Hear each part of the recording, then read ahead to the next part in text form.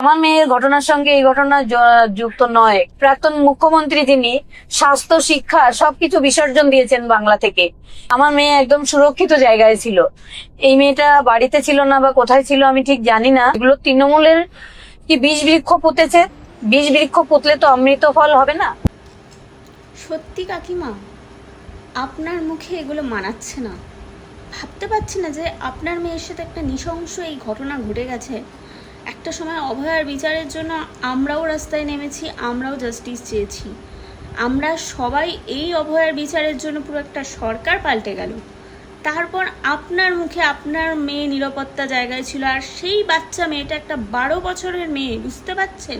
তার জামা কাপড়, তার পোশাক আচার নিয়ে আপনারা মানে বলছেন আপনার মুখে কথাবার্তা যে ওই 12 বছরের মেয়েটার কি এমন ছিল? সে তো একটা ঢাকা জামা কাপড় পরেছিল, তার 12 বছর বয়স।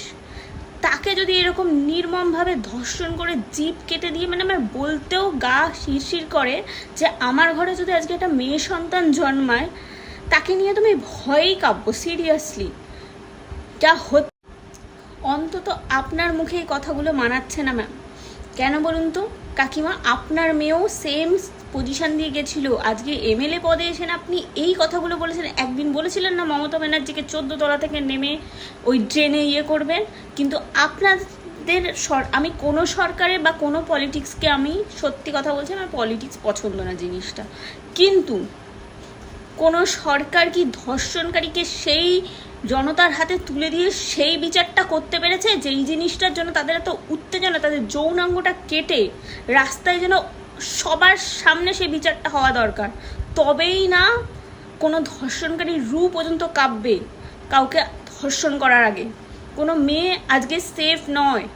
ইভেন হকারদের তুলে নেওয়া হচ্ছে রাস্তাঘাটে। যখন আমরা এবার ট্রেনে যাতায়াত করবো রাত 12টা বাজলে, আমরা যখন রেল লাইন দিয়ে আসবো, তখন বুঝতে পারছেন, তখন তো মেয়েদের সুরক্ষা তো হয়েই গেল, সব শেষ।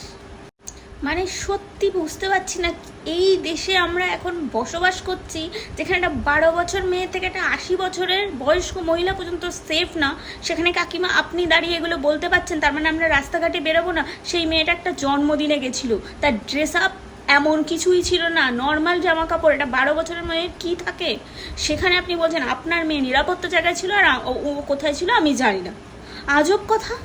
ধর্ষণকারী সেটা 12 বছর মেয়েকে দেখে আপনার এইটুকু মানে মুখের আপনার এক্সপ্রেশন। তো আমি তো এখন বলবো অভয়ার জাস্টিস তো হয়ইনি, ছেড়েই দিন। অভয়ার জাস্টিসটা অন্যায় হয়েছে, কিন্তু আপনার মতো মা অভয়া পেয়ে সেটাও একটা অন্যায় হয়েছে।